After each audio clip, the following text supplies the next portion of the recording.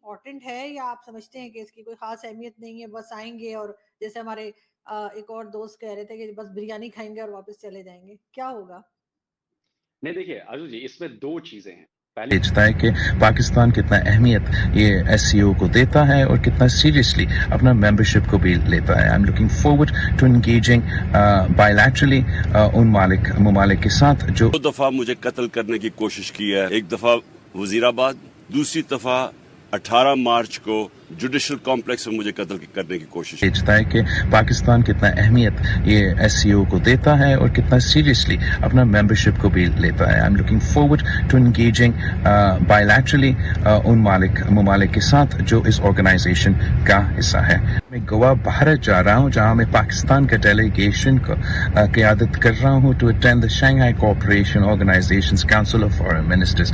मेरा जाना ये वाज़ेह पैगाम भेजता है कि पाकिस्तान कितना अहमियत ये एससीओ को देता है और कितना सीरियसली अपना मेंबरशिप को भी लेता है। I am looking forward to engaging bilaterally उन ममालिक के साथ जो इस ऑर्गेनाइजेशन का हिस्सा है। इसे पाकिस्तानी नज़रिए से देखें, तो उसमें क्या होता है कि आप एससीओ के मेंबर हैं और एससीओ कोई छोटी-मोटी संस्था नहीं है।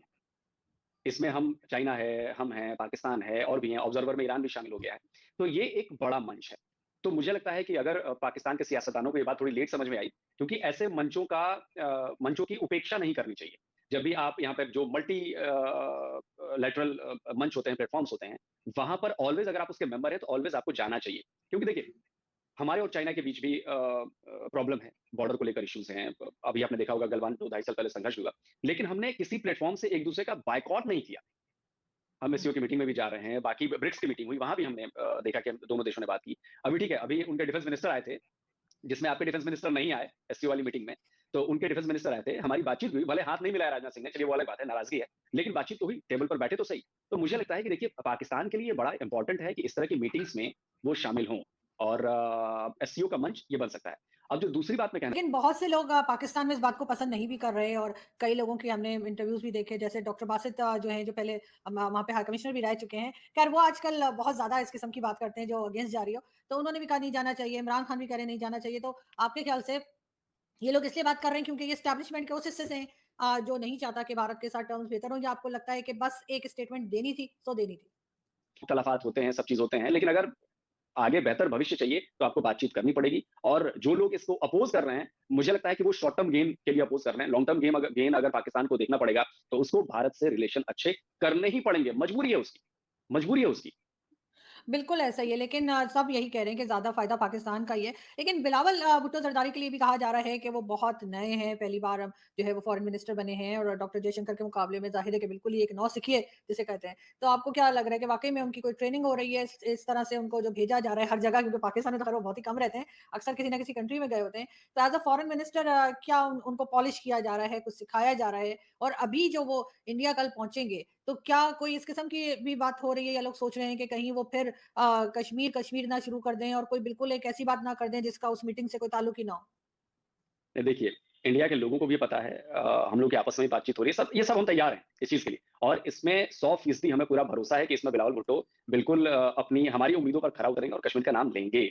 ये यहाँ पे तय है कि ये होगा। पाकिस्तान कितना अहमियत ये एससीओ को देता है और कितना सीरियसली अपना मेंबरशिप को भी लेता है। I am looking forward to engaging bilaterally उन ममालिक के साथ जो इस ऑर्गेनाइजेशन का हिस्सा है। मैं गोवा भारत जा रहा हूँ, जहाँ मैं पाकिस्तान के डेलीगेशन को क़यादत कर रहा हूँ to attend the Shanghai cooperation organisations council of foreign ministers. मेरा जाना ये वाज़ेह पैगाम भेजता है कि पाकिस्तान कितना अहमियत ये एससीओ को देता है और कितना सीरियसली अपना मेंबरशिप। नहीं है, जयशंकर साहब नीचे से आए हैं, वो एक-एक बारीकी जानते हैं फॉरेन मिनिस्ट्री के, उसके पहले भी बहुत सारा काम वो एज़ ए डिप्लोमैट कर चुके हैं, तो उनको पता होती हैं चीज़ें, तो वो कंपेयर हम कर ही नहीं सकते। दोनों को कंपेयर नहीं किया जा सकता।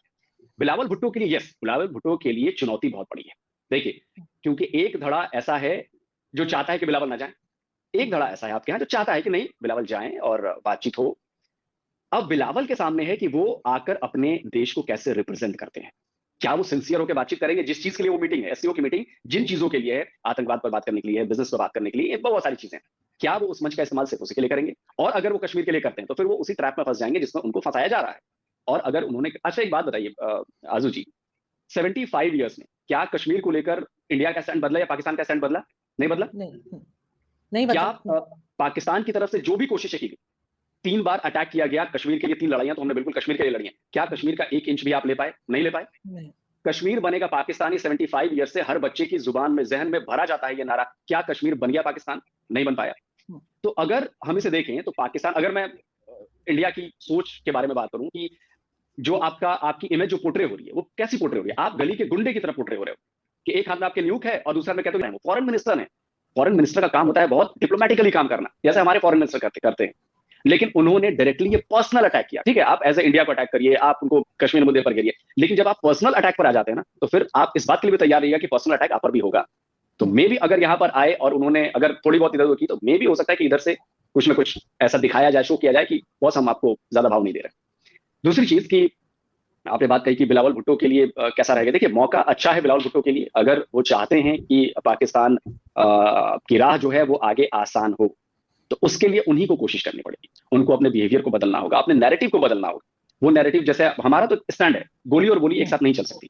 तो जब तक हम टेररिज्म पर पाकिस्तान की तरफ से पूरी तरह से आश्वासन ना पाने कि जी काबू पाया जा रहा है, नहीं किया जाए, तब तक ये दोस्ती नहीं हो सकती, ये मान के चलिए। और जो नई लीडरशिप है वो बिल्कुल इस बात को लेकर बहुत क्लियर एंड कट है, फोकस उसका है कि जी ऐसे बर्दाश्त नहीं किया जा सकता। 75 ईयर से जो चीजें चली आई हैं, जिस ढर्रे से चली आई हैं, वो ढर्रा अब नहीं चलेगा। या तो आप यस करिए, नहीं तो नो करिए, खत्म करिए।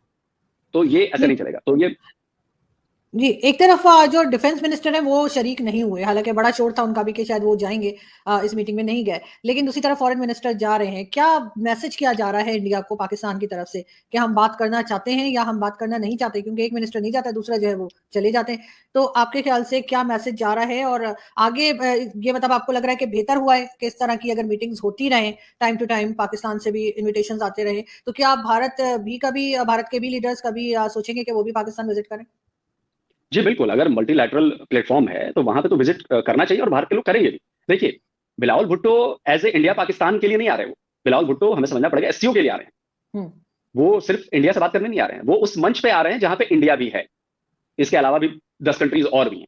तो इसको ऐसे नहीं देखा जाना चाहिए कि वो इंडिया से रिलेशन बेहतर करना है इसलिए वो आ रहे हैं। नहीं, वो एससीओ की मीटिंग के लिए आ रहे हैं और एससीओ को हेड जो कर रहे हैं वो हम कर रहे हैं, लेकिन एससीओ जो है वो चीन का प्लेटफॉर्म, तो वो चीन से अपने रिलेशन जो है वो बरकरार रखने के लिए पैर पे स्वेलिंग है, क्योंकि अदालत ने तलब किया है। मैं ये बताना चाहता हूँ कि हम अपनी अदालतों का एहतराम करते हैं। जो ये दूसरे नहीं, जो कि सारा वक्त अगर फैसला इनके लिए ना आए तो ये प्रोपेगेंडा करते हैं जजेस के खिलाफ। दूसरी चीज, मैंने 3 दिन पहले लाहौर हाई कोर्ट को मैंने वाजे कहा है कि 2 दफा मुझे कत्ल करने की कोशिश की है। एक दफा वजीराबाद, दूसरी दफा 18 मार्च को जुडिशल कॉम्प्लेक्स में मुझे कत्ल करने की कोशिश की गई। फिर अपने सारे पाकिस्तानियों को कॉल दे रहा हूँ, 5:30 बजे परसों हफ्ते को आपने अपने महलों में, आपने अपनी गांव में 1 घंटे के लिए निकलना है बाहर चीफ जस्टिस के साथ इजहार यकजहती करने के लिए। इस वक्त जो माफिया है वो चीफ जस्टिस के पीछे हाथ धो के पड़ा हुआ है। वो सुप्रीम कोर्ट को उसने तकसीम किया हुआ है।